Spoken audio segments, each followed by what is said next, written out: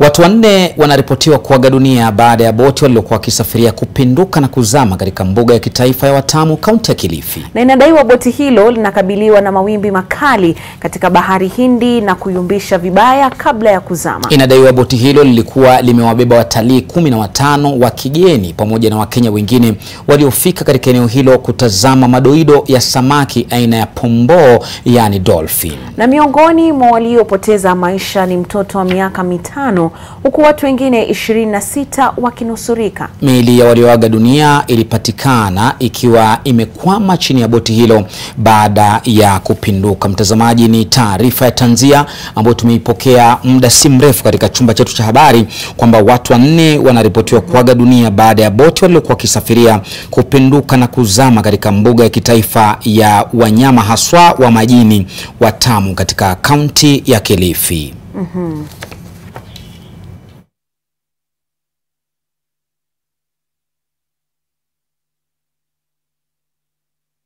Sasa kutoka asubuhi mpaka sasa hii ndio imetoka boti moja imeenda huko ya diving kwenda kujaribu kuangalia watu ambao wamebaki. Mpaka sasa hii tumeandikisha vifo vya mama wawili na mtoto mmoja bado hajapatikana. Mtoto wa miaka kama miaka 5-6 mpaka sasa hajapatikana. Tunataka kujua rescue itapatikana lini, ikiwa ni mwanzo wa mwaka kabisa. Hizi tunasikitika sana hizo vifo vimetokezea. Mpaka sasa hii sisi ni saa 9 hatujapata mwili. There were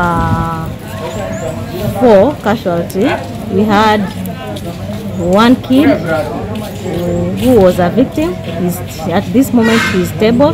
We have 2 women, African women, they are also stable, and we have one adult female